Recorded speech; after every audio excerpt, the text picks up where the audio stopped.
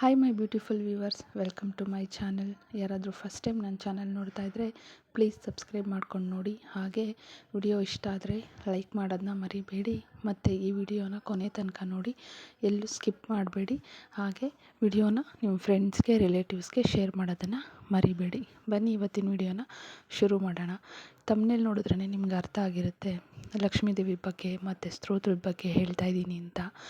ಆ ಸ್ತೋತ್ರನ ಹೇಳೋದಕ್ಕೂ ಮೊದಲು ನಾವು ಕೆಲವೊಂದು ವಿಚಾರಗಳನ್ನ ತಿಳ್ಕೊಬೇಕು. ಹಾಗೆ ಈ ತಪ್ಪುಗಳನ್ನ ನಾವು ಮನೆಯಲ್ಲಿ ಮಾಡಬಾರ್ದು. ಅದೇ ಯಾವುದು ಅಂದರೆ, ಲಕ್ಷ್ಮೀ ದೇವಿಯವ್ರಿಗೆ ಅವರು ಚಂಚಲೆ. ಇವತ್ತು ಇಲ್ಲಿ ಈ ಮನೇಲಿದ್ದರೆ ನಾಳೆ ಇನ್ನೊಂದು ಮನೇಲಿ, ಹಾಗೆ ಯಾರು ಅವ್ರಿಗೆ ಬೆಲೆ ಗೌರವ ಕೊಡ್ತಾರೋ ಅಲ್ಲಿಗೆ ಹೋಗ್ತಾ ಇರ್ತಾರೆ. ಆದ್ದರಿಂದ ನೀವು ಮನೆಯಲ್ಲಿ ಗಲಾಟೆ ಮಾಡೋದು, ಗಂಡ ಹೆಂಡತಿ ಜಗಳ ಆಡೋದಾಗಲಿ ಅಥವಾ ಮಕ್ಕಳಿಗೆ ಕೆಟ್ಟ ಮಾತು ಬೈಯೋದಾಗಲಿ ಇದನ್ನೆಲ್ಲ ಮನೆಯಲ್ಲಿ ಮಾಡಬಾರ್ದು. ಮನೆ ಯಾವಾಗಲೂ ನೀಟಾಗಿರಬೇಕು. ಮತ್ತು ಯಾರ ಮನೆಗಂದ್ರೆ ಅವ್ರ ಮನೆಗೆ ಹೋಗ್ಬಿಟ್ಟು ಬಂದ್ಬಿಡೋದು, ಬೇರೆಯವ್ರು ಬಂದು ನಮ್ಮ ಮನೆಯಲ್ಲಿ ಗಂಟೆಗಟ್ಟಲೆ ಬೇರೆಯವ್ರ ವಿಷಯ ಮಾತಾಡಿಕೊಂಡು ಅಳೋದು, ಅವ್ರನ್ನ ಆಡ್ಕೊಳ್ಳೋದು, ಈ ಕೆಲಸಗಳನ್ನೆಲ್ಲ ಮಾಡಬಾರ್ದು. ಮೊದಲನೇದಾಗಿ ನಾವು ಲಕ್ಷ್ಮೀ ದೇವಿಗೆ ಗೌರವ ಕೊಡಬೇಕು ಮತ್ತು ಲಕ್ಷ್ಮೀ ದೇವಿನ ಭಕ್ತಿಯಿಂದ ಪ್ರಾರ್ಥಿಸಬೇಕು.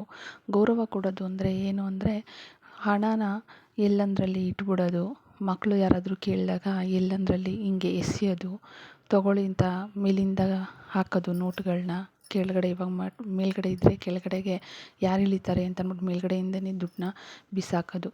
ಈ ತಪ್ಪುಗಳನ್ನೆಲ್ಲ ಮಾಡಬಾರ್ದು.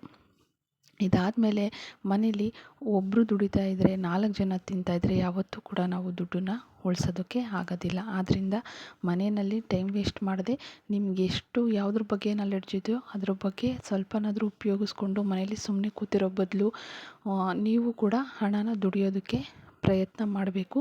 ಮನೇಲಿರೋ ಗೃಹಿಣಿಯರು, ವಯಸ್ಸಾದವರು ನಮ್ಮ ಕೈಲಾಗೋದೇ ಇಲ್ಲ ದುಡಿಯೋಕ್ಕೆ ಅನ್ನೋರು ಬೇಡ, ಪರವಾಗಿಲ್ಲ.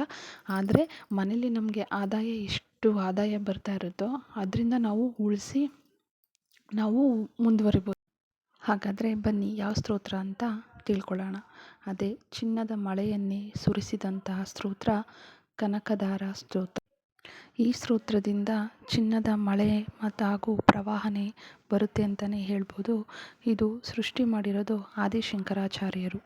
ಆದಿಶಂಕರಾಚಾರ್ಯರು ಅವರು ಬ್ರಹ್ಮಚಾರಿಯಾಗಿದ್ದಾಗ ಗುರುಕುಲದ ನಿಯಮದಂತೆ ಭಿಕ್ಷೆ ಬೇಡೋಕ್ಕೆ ಅಂತ ಹೋಗ್ತಾರೆ. ಹಾಗೆ ಭಿಕ್ಷೆ ಬೇಡ್ತಾ ಒಬ್ಬ ಬಡ ಬ್ರಾಹ್ಮಣನ ಮನೆಗೆ ಹೋಗ್ತಾರೆ. ಆ ಮನೆಯಲ್ಲಿ ತುಂಬ ಬಡತನ ಇರುತ್ತೆ, ಊಟಕ್ಕೂ ಸಹ ಏನೂ ಇರೋದಿಲ್ಲ. ಅಂಥ ಸಂದರ್ಭದಲ್ಲಿ ಆ ಮನೆ ಮಹಿಳೆ ಅವ್ರಿಗೆ ಕೊಡೋದಕ್ಕೆ ಏನೂ ಇಲ್ಲದೇ ಇರೋ ಕಾರಣದಿಂದ ಮನೆಯೆಲ್ಲ ಹುಡುಕಿ ಕೊನೆಗೆ ಒಂದೇ ಒಂದು ಒಣಗೋಗಿರುವಂಥ ನೆಲ್ಲಿಕಾಯಿ ಸಿಗುತ್ತೆ. ಅವರು ಬರೀ ಕೈಯಲ್ಲಿ ಅವ್ರನ್ನ ಕಳ್ಸೋಕ್ಕಾಗದೆ ಆ ಬಡ ಮಹಿಳೆ ಆ ಒಣಗಿರೋ ನೆಲ್ಲಿಕಾಯಿಯನ್ನೇ ಶಂಕರಾಚಾರ್ಯರಿಗೆ ಕೊಡ್ತಾರೆ. ಇದರಿಂದ ಆಕೆಯ ನಿಸ್ವಾರ್ಥ ಭಕ್ತಿಯನ್ನು ಕಂಡು ದೈನ ಸ್ಥಿತಿಯನ್ನು ನೋಡಿ ಶಂಕರಾಚಾರ್ಯರ ಹೃದಯ ಕರಗುತ್ತೆ. ಆ ತಕ್ಷಣವೇ ಆ ಬಡ ಮಹಿಳೆಯ ದಾರಿದ್ರ್ಯವನ್ನು ನೀಗಿಸಬೇಕು ಅಂತ ಮಹಾಲಕ್ಷ್ಮಿಯನ್ನು ಪ್ರಾರ್ಥನೆ ಮಾಡ್ತಾರೆ. ಅದೇ ಸ್ಥಳದಲ್ಲಿ ನಿಂತು 21 ಶ್ಲೋಕಗಳ ಒಂದು ಸ್ತೋತ್ರವನ್ನು ಆಶುಕವಿತೆಯಾಗಿ ರಚಿಸಿ ಪಠಿಸ್ತಾರೆ. ಅದೇ ಕನಕಧಾರ ಸ್ತೋತ್ರ. ಶಂಕರಾಚಾರ್ಯರ ಭಕ್ತಿ ಮತ್ತು ಸ್ತುತಿಗೆ ಪ್ರಸನ್ನಳಾದಂಥ ಲಕ್ಷ್ಮೀದೇವಿಯು ಆ ಬಡ ಮಹಿಳೆಯ ಮನೆಯಲ್ಲಿ ಬಂಗಾರದ ನೆಲ್ಲಿಕಾಯಿಗಳ ಮಳೆಯನ್ನೇ ಸುರಿಸ್ತಾರೆ. ಇದು ಕನಕಧಾರ ಸ್ತೋತ್ರ ಹುಟ್ಟಿರುವಂಥದ್ದು. ಇದರ ಶಕ್ತಿ ತುಂಬ ಜಾಸ್ತಿನೇ ಇದೆ. ನಾವು ಭಕ್ತಿಯಿಂದ ಲಕ್ಷ್ಮೀದೇವಿನ ಈ ಸ್ತೋತ್ರ ಹೇಳೋದ್ರಿಂದ, ಪ್ರಸನ್ನ ಮಾಡೋದ್ರಿಂದ ನಿಮಗೂ ಕೂಡ ಚಿನ್ನದ ಮಳೆಯೇ ಕೂಡ ಲಕ್ಷ್ಮೀದೇವಿಯವರು ಸುರಿಸ್ತಾರೆ ಅಂತಲೇ ಹೇಳ್ಬೋದು. ಮತ್ತು ಈ ಕನಕಧಾರ ಸ್ತೋತ್ರ ಹೇಳೋದ್ರಿಂದ ದಾರಿದ್ರ್ಯ ನಾಶ ಆಗುತ್ತೆ. ಬರೀ ಆರ್ಥಿಕ ಬಡತನ ಮಾತ್ರ ಅಲ್ಲ, ನಿಮ್ಮ ಮಾನಸಿಕ ಮತ್ತು ಆಧ್ಯಾತ್ಮಿಕ ದಾರಿದ್ರ್ಯವನ್ನು ಕೂಡ ದೂರ ಮಾಡುತ್ತೆ. ಹಾಗೂ ಕರುಣೆಯ ಸಂಕೇತ. ನಿಸ್ವಾರ್ಥ ಭಕ್ತಿ ಹಾಗೂ ಕರುಣೆ ಇದ್ದರೆ ಭಗವಂತ ತಾನಾಗೇ ಒಲಿತಾರೆ, ಲಕ್ಷ್ಮೀದೇವಿಯು ಕೂಡ ಪ್ರಸನ್ನ ಆಗೇ ಆಗ್ತಾರೆ ಅನ್ನೋದಕ್ಕೆ ಈ ಸ್ತೋತ್ರ ಹುಟ್ಟಿರುವಂಥದ್ದೇ ಸಾಕ್ಷಿ. ಲಕ್ಷ್ಮೀದೇವಿ ಸಂಪೂರ್ಣ ಅನುಗ್ರಹ ಪಡಬೇಕು ಅಂತ ಅಂದರೆ ಅತ್ಯಂತ ಸರಳ ಮತ್ತು ಶೀಘ್ರ ಫಲ ನೀಡುವ ಸ್ತೋತ್ರಗಳಲ್ಲಿ ಇದು ಮೊದಲನೆಯದು ಅಂತಲೇ ಹೇಳ್ಬೋದು. ಈ ಸ್ತೋತ್ರನ ನೀವು ನಿರಂತರವಾಗಿ ಪ್ರತಿದಿನ ಹೇಳೋದ್ರಿಂದ ಆರ್ಥಿಕ ಅಭಿವೃದ್ಧಿ, ಮನೆಯಲ್ಲಿ ಹಣದ ಕೊರತೆ ಎಲ್ಲ ಹೋಗಿ ಸಂಪೂರ್ಣ ಸಂಪತ್ತು ಮತ್ತು ಐಶ್ವರ್ಯ ವೃದ್ಧಿಯಾಗುತ್ತೆ. ಎಷ್ಟೇ ಸಾಲ ಆಗಿದ್ರೂ ಕೂಡ ಅದರಿಂದ ಮುಕ್ತಿ ಪಡಿಬಹುದು. ಮತ್ತು ವ್ಯಾಪಾರದಲ್ಲಿ ನಷ್ಟ, ಸಾಲದ ಸುಳಿ ಇರೋರು ಕೂಡ ಈ ಸ್ತೋತ್ರ ಪಠಣ ಮಾಡೋದ್ರಿಂದ ನಕಾರಾತ್ಮಕತೆಯೆಲ್ಲ ಹೋಗಿ ನಿಮ್ಮ ಮನೇಲಿ ಸಕಾರಾತ್ಮಕ ಶಕ್ತಿಗಳು ಬರೋದಕ್ಕೆ ಶುರುವಾಗುತ್ತೆ. ಮಾನಸಿಕ ಶಾಂತಿ ಮತ್ತು ಮನೆಯಲ್ಲಿರುವ ನಕಾರಾತ್ಮಕ ಶಕ್ತಿಗಳು ದೂರವಾಗಿ ಸುಖ, ಶಾಂತಿ, ನೆಮ್ಮದಿ ನೆಲೆಸುತ್ತೆ. ಇದನ್ನು ಹೇಗೆ ಹೇಳಬೇಕು ಅಂದರೆ, ಪ್ರತಿದಿನ ಅಥವಾ ಸಂಜೆ ಸ್ನಾನ ಮಾಡಿ ಶುದ್ಧವಾಗಿ ಮಡಿ ಬಟ್ಟೆಯನ್ನು ಹಾಕ್ಕೋಬೇಕು. ಹಾಗೆ ಸ್ನಾನ ಮಾಡಬೇಕಾದ್ರೆ ಹೆಣ್ಮಕ್ಕಳು, ಮನೆಯ ಗೃಹಿಣಿ ಸ್ನಾನ ಮಾಡೋ ನೀರಿಗೆ, ನೀವು ಸ್ನಾನ ಎಲ್ಲ ಮಾಡಿದಾದಮೇಲೆ ಲಾಸ್ಟ್ನಲ್ಲಿ ತಲೆ ಸ್ನಾನ ಮಾಡಬೇಕಾದ್ರೆ ಆ ನೀರಿಗೆ ಸ್ವಲ್ಪ ಅರಿಶಿನ, ಲವಂಗ ಮತ್ತು ಪಚ್ಚ ಕರ್ಪೂರ ಮತ್ತು ಏಲಕ್ಕಿ ಇಷ್ಟನ್ನು ಜಜ್ಜಿ ಪುಡಿ ಮಾಡಿ ಅದನ್ನು ಆ ಬಕೆಟ್ಗೆ ಹಾಕಿ ಲಾಸ್ಟಲ್ಲಿ ನೀವು ಸ್ನಾನ ಮಾಡೋ ಟೈಮ್ನಲ್ಲಿ ಲಾಸ್ಟಲ್ಲಿ 3 ಚೊಂಬು ಅಥವಾ 5 ಚೊಂಬು ಹಾಕ್ಕೊಂಡು ಸ್ನಾನ ಮಾಡೋದ್ರಿಂದ ಒಂಥರ ದೈವಿಕ ಕಳೆನೇ ನಿಮಗೆ ಕಾಣಿಸುತ್ತೆ ಅಂತ ಅನ್ಬೋದು. ಮತ್ತು ಒಂಥರ ಏನೋ ನೆಮ್ಮದಿಯಾಗಿರುವಂಥದ್ದು ಒಂಥರ ಆ ಸ್ನಾನ ಮಾಡಿದ್ಮೇಲೆ ನಿಮಗೆ ಅನಿಸುತ್ತೆ ಎಷ್ಟು ಪಾಸಿಟಿವಿಟಿ ಕ್ರಿಯೇಟ್ ಆಗುತ್ತೆ ಅಂತ. ಅದನ್ನು ಆ ಥರ ಮಾಡಿ ನಂತರ ನೀವು ಪೂಜೆಗೆ ರೆಡಿ ಮಾಡ್ಕೋಬೋದು. ಪೂಜೆಗೆ ನೀವು ಕೆಂಪು ಹೂವುಗಳನ್ನು ಬಳಸೋದ್ರಿಂದ ತುಂಬ ಒಳ್ಳೆಯದು. ಹಾಗೆ ಲಕ್ಷ್ಮೀ ದೇವಿಗೆ ಹಾಗೆ ಪೂಜೆ ಮಾಡಬಾರ್ದು, ನೈವೇದ್ಯ ಏನಾದರೂ ಇಡಬೇಕು. ನಿಮ್ಮ ಮನೇಲಿ ಯಾವಾಗಲೂ ನಿಮಗೆ ನೈವೇದ್ಯ ಮಾಡೋದಕ್ಕೆ ಆಗಲ್ಲ ಅಂತಂದರೆ 1 ಗ್ಲಾಸ್ಗೆ ಹಾಲು, ಸ್ವಲ್ಪ ತುಪ್ಪ, ಸ್ವಲ್ಪ ಸಕ್ಕರೆ ಹಾಕಿದ್ರೂ ಸಹ ಸಾಕು, ಅಥವಾ ಬೆಲ್ಲ ಅವಲಕ್ಕಿ ಇಟ್ಟರೂ ಕೂಡ ಸಾಕು. ಲಕ್ಷ್ಮೀ ದೇವರಿಗೆ ಬೇಕಾಗಿರೋವಂಥದ್ದು ನಿಮ್ಮ ಆಡಂಬರದ ಪೂಜೆ ಅಥವಾ ಈ ತೋರಿಕೆ ಪೂಜೆ ಅಲ್ಲ. ಅವ್ರಿಗೆ ಬೇಕಾಗಿರೋದು ಶುದ್ಧ ಭಕ್ತಿ ಮತ್ತು ಸ್ವಚ್ಛತೆ. ಹಾಗೆ ಮನೆಯಲ್ಲಿ ನೆಮ್ಮದಿ, ಶಾಂತವಾಗಿರಬೇಕು. ಅದರಿಂದ ಲಕ್ಷ್ಮೀ ದೇವಿಯವರು ಬೇಗ ಪ್ರಸನ್ನ ಆಗ್ತಾರೆ.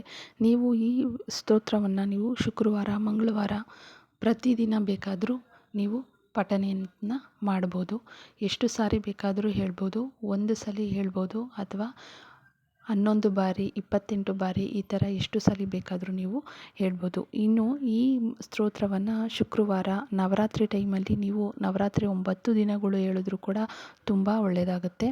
ಮತ್ತು ತ್ರಯೋದಶಿ ದಿನ ಅಥವಾ ದೀಪಾವಳಿ ಹಬ್ಬದ ದಿನ ಕೂಡ ಹೇಳ್ಬೋದು. ನೀವು ಅದಲ್ಲದೆ ನೀವು ಇಷ್ಟು ದಿನ ನಾನು ಹೇಳ್ತೀನಿ, 28 ದಿನ, 48 ದಿನ, 11 ದಿನ, ಈ ಥರ 21 ದಿನ, ಈ ಥರ ಒಂದು ಸಂಕಲ್ಪವನ್ನು ಮಾಡಿಕೊಂಡು ಮಾಡೋದ್ರಿಂದ ಕೂಡ ನಿಮಗೆ ಬೇಗನೆ ಫಲ ಸಿಗುತ್ತೆ ಅಂತಲೇ ಹೇಳ್ಬೋದು.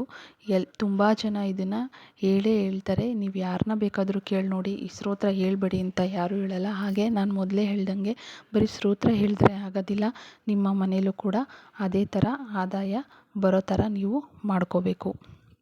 ಇದರಿಂದ ನಿಮ್ಮ ಮನೆ ಆದಾಯ ಯಾವಾಗ ಹೆಚ್ಚಾಗುತ್ತೋ ನಾವು ಆವಾಗ ದುಡ್ಡು ಉಳಿಸೋದಕ್ಕೂ ಕೂಡ ಸುಲಭ ಆಗುತ್ತೆ. ಏನೂ ಮಾಡದೆ, ಕೆಲಸನೇ ಮಾಡದೆ ಬರೀ ಸ್ತೋತ್ರ ಹೇಳ್ಕೊಂಡು ನಾವು ಹಣ ಸಂಪಾದನೆ ಮಾಡ್ತೀವಿ ಅಂದರೆ ಆಗಲ್ಲ.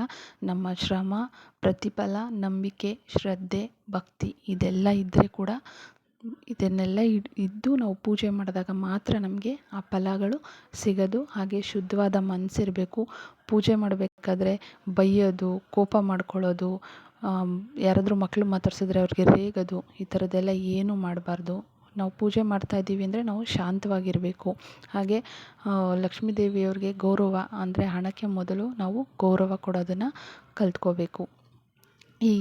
ಈ ಸ್ತೋತ್ರನ ಹೇಳೋದ್ರಿಂದ ನಿಮಗೆ ಖಂಡಿತವಾಗಿ ನಿಮ್ಮ ಮನೇಲಿರುವಂಥ ಸಾಲಗಳಿಂದ ಮುಕ್ತಿ ಒಂದೇ ಹೊಂದ್ತೀರ. ಅಥವಾ ನೀವು ಯಾವುದಾದ್ರೂ ಅಂಗಡಿ ವ್ಯಾಪಾರ ಮಾಡ್ತಾಯಿದ್ದೀರಿ ಅಂದರೆ ಕೂಡ ಅಲ್ಲೂ ಕೂಡ ಹೇಳಿ. ನಿಮಗೆ ಹೇಳೋಕ್ಕಾಗಲಿಲ್ಲ ಅಂದರೆ ಕೂಡ ನಿಮಗೆ ಸ್ತೋತ್ರನ ಹೇಳಕ್ಕೆ ಬರಲ್ಲ, ಓದಕ್ಕೆ ಬರಲ್ಲ ನಮಗೆ ಅನ್ನೋರು ಕೂಡ ಕೇಳ್ಬೋದು. ಯೂಟ್ಯೂಬ್ನಲ್ಲಿ ಎಲ್ಲ ಕಡೆಯೂ ಸಿಗುತ್ತೆ. ಅದನ್ನು ಡೌನ್ಲೋಡ್ ಮಾಡಿಕೊಂಡು ನೀವು ಪೂಜೆ ಮಾಡೋ ಟೈಮ್ನಲ್ಲಿ ಅದನ್ನು ಹಾಕಿ ಪೂಜೆ ಮಾಡಿ ಕೇಳ್ತಾ ಪೂಜೆ ಮಾಡ್ಬೋದು. ಒಂದು 10 ಸರಿ 20 ಸರಿ ಕೇಳಿದ್ರೆ ಸಾಕು, ತನಗೆ ತಾನೇ ಬಂದ್ಬಿಡುತ್ತೆ. ಆದರೆ ಈ ಸ್ತೋತ್ರನ ತಪ್ಪಾಗಿ ಹೇಳಬಾರ್ದು. ಯಾವುದೇ ಸ್ತೋತ್ರ ಆದರೂ ಅಷ್ಟೇ, ನಾವು ತಪ್ಪಾಗಿ ಹೇಳೋದ್ರಿಂದ ಅದರಿಂದ ನಮಗೆ ಕಷ್ಟ ಇನ್ನೂ ಜಾಸ್ತಿನೇ ಆಗುತ್ತೆ.